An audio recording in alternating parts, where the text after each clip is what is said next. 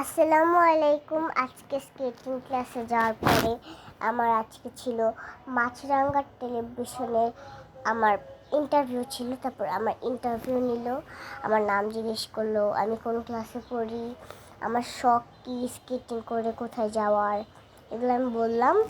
বলার পর আমাকে ওরা বললো, ওকে, খুব ভালো, তোমার অনেক ভালো শখ, তুমি যে স্কেটিং করো এটা তোমার কয়দিনে শিখেছো? আমি বলছি একদিনে শিখেছি। বলি যে একদিনে? আমি তো পারবোই না। তারপর আমি বলছি না, যাদের বেশি শখ, তারা শখ থাকলে সবই করা যায়। কেউ কি আর আপনার ইয়াতে বাধা দিতে পারবে? আপনার শখ আছে, আপনার শখকে পূরণ করুন, কেন না?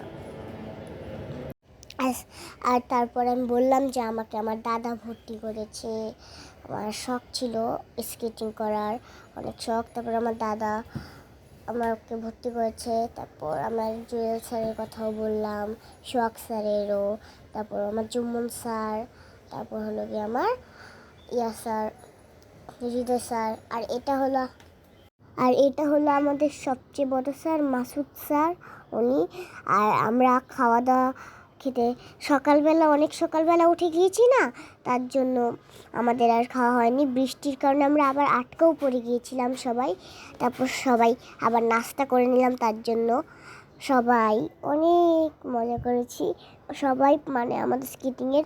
আর যখন যাই বাসায় যাওয়ার সময়, তখন দেখেন কি অবস্থা, অনেক পানি উঠে গেছিল, এত বৃষ্টি হয়েছে যে আমাদের কোমর, তারপর অনেক লোকেদের রিক্সা পর্যন্ত পানি ঢুকে গেছে। আপনারা তো দেখতেই পারতেছেন কত পানি। আমিও জানলা দিয়ে দেখতেছিলাম, অনেক পানি। আমি মাকে বলছিলাম, মা দেখো কত পানি জমে গেছে, আসার সময় এমন ছিল না। মা বলছে হ্যাঁ। তারপর দেখেন কয়েকটা রিক্সা আটকা পড়ে গেছে, কত কিছু। আপনাদেরকে বলে দেই, আমরা কিন্তু কোনোভাবেই এই পানির মধ্যে যাইনি, কারণ আমরা হলো গিয়ে ইয়াতে নামতাম অন্য জায়গায়। তো দেখেন আমি বলতে পারতেছি না। আর আপনাদেরকে একটা কথা বলে দেই যে হলো গিয়ে এটা আমরা দেখেছি, অনেক মতিঝিলের পাশাপাশি অনেক পানি ছিল।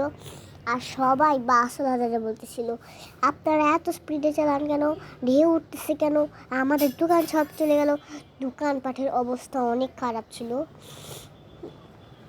আর আমাদের ভাগ্য ভালো যে আমরা বাস পেয়েছিলাম, ভাগ্য খারাপ থাকলে আমরা বাস পেতাম না।